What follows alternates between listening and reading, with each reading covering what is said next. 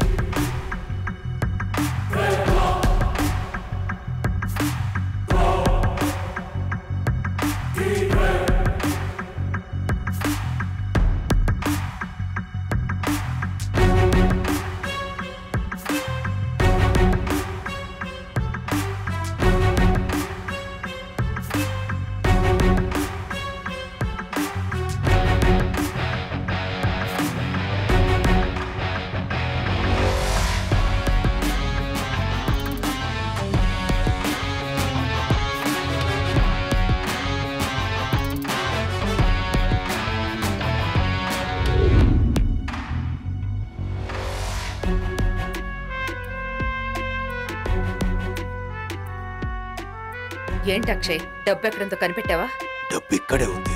గురువుని అడిగాను కానీ వాడు అస్సలు చెప్పట్లేదు. టెన్షన్ పడకండి, నైట్ లోపు ఎలాగైనా డబ్బు కొట్టేది. ఏమో నాకు డౌటే, మధ్యలో మర్డరు అది ఇది అని బుర్ర పిచ్చెక్కిపోతుంది. ఏదో ఒకటి చేస్తావు.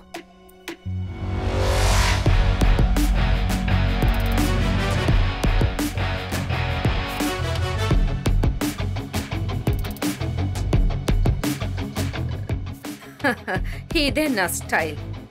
నా కోసం ఒక టీంని సెట్ చేసి పెట్టుకున్నాను. మా స్టైల్ పేకాట లాగానే, వాళ్ళు లోపల నేను బయట. ఇలాంటి ఇల్లీగల్ ట్రాన్సాక్షన్స్ ఎక్కడ జరిగినా నాకు తెలిసిపోతుంది. అప్పుడు మేమంతా ప్లాన్ చేసి కొట్టేస్తాం. అలాంటిదే ఈ కేసు కూడా. మేము ఒక ప్లాన్ చేసి లోపలికెళ్తే అక్కడ ఒక మర్డర్ జరిగింది.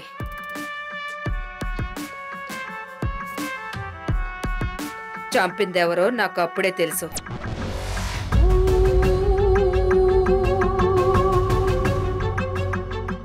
కానీ డబ్బు ఎక్కడ దాచిపెట్టారో తెలుసుకోవడానికి నేను ఒక ఇన్వెస్టిగేషన్ డ్రామా చేశాను. నా టీమ్మేట్ అక్షయ్ మేనేజర్ గురువుతో ఒక డీల్ చేసుకున్నాడు. రారా అంటే డబ్బు రాదురా. కొన్ని కోట్ల డబ్బు రిసార్ట్ లో ఉంది, కావాల్సింది తీసుకుని పారిపో. వెంటనే వాడు కూడా డబ్బు ఎక్కడుందో చెప్పేశాడు. అక్షయ్, డబ్బంతా చిమ్నీలో ఉంది, అలర్ట్ గా ఉండు, జాగ్రత్త. మరి ఇంకేంటి, నా టీం నేనేం చెప్పినా కరెక్ట్ గా చేసేస్తారు.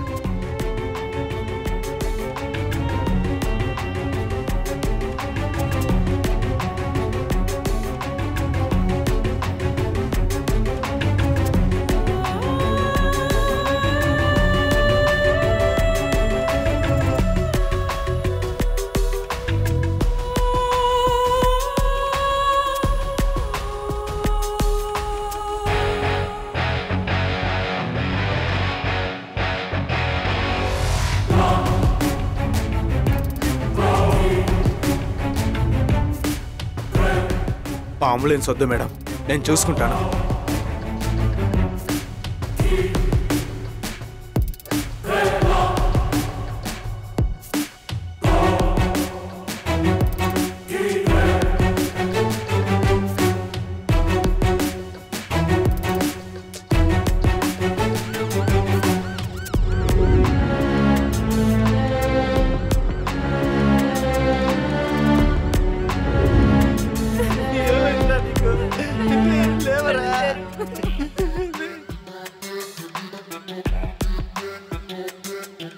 ఏంటి ఒక ప్యాకెట్ తీసుకొచ్చారా?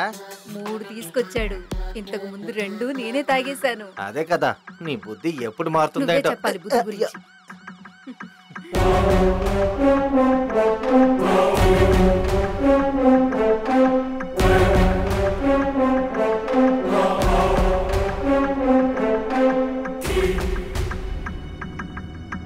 తమ్ముడు, స్టేషన్ కి వెళ్ళడానికి ఎంత టైం పడుతుంది? ఏంటి ఇక మీదట ఫుల్గా అక్కడే పదండి. అడుగుతున్నాడు పెద్ద ప్రశ్నలు.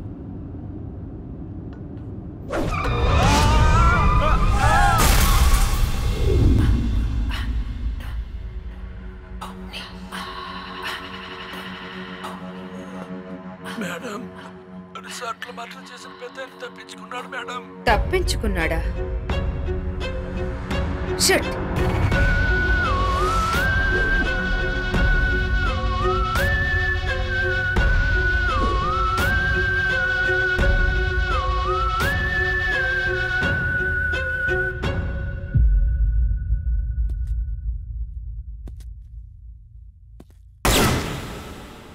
నమస్కారం. ఇప్పుడే అందిన తాజా వార్త. నిన్న రాత్రి అరకు నుండి విశాఖపట్నం వెళ్లే ప్రైవేట్ బస్సులో యువకుడి దారుణ హత్య. తోటి ప్రయాణికుడే తుపాకీతో షూట్ చేశాడని తెలుస్తుంది. మృతుడి వివరాలు ఇంకా హత్యకు సంబంధించిన వివరాలు ఇంకా తెలియాల్సింది. రంగంలోకి దిగిన పోలీసులు కేసు దర్యాప్తు చేస్తున్నారు. ఈ కేసును తొందరలోనే సాల్వ్ చేస్తామని చెప్పారు.